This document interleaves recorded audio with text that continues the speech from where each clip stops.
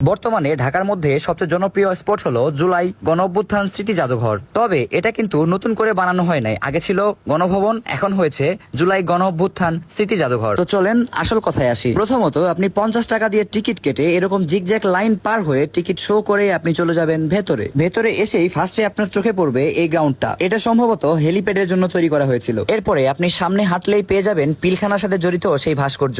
এর সামনে রয়েছে বিশাল সেই গণকবর। এখানে আমার সাথে এসেছিল জুলাই যোদ্ধা রিফাত এবং জুলাই যোদ্ধা সিয়াম। তাদের কথা মতো এখানে আমি পানির নিচে নাম লিখি। এরপরে ভেতরে গিয়ে ক্ষত বিক্ষত সেই ভবনের চিত্র দেখি। এখানে এত এত প্রদর্শনী রয়েছে যা আপনি নিজ চোখে না দেখলে উপলব্ধি করতে পারবেন না। এখানে রয়েছে গুম থেকে শুরু করে বড় বড় অপরাধের প্রমাণ এবং তার কিছু প্রদর্শনী। আপনারা হয়তো আমার পেছনের স্ক্রিনে কিছু জুলাইয়ের খণ্ডচিত্র দেখতে পাচ্ছেন।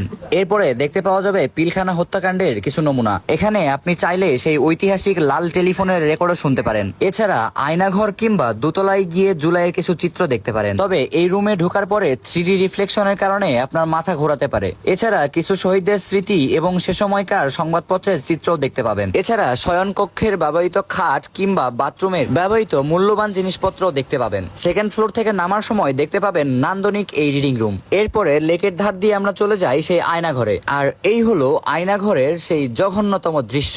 আয়নাঘরে ঢোকার পরে কেমন ফিল হয়েছিল চলেন শুনে আসি। বন্দি অবস্থায় তোর অনুভূতি বল। খুবই ভালো। খুবই ভালো।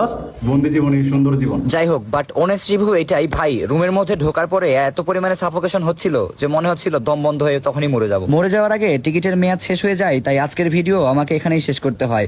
সবাই ভালো থাকবেন, সুস্থ থাকবেন, আর হ্যাঁ অবশ্যই মিউজিয়ামটি ঘুরে আসবেন।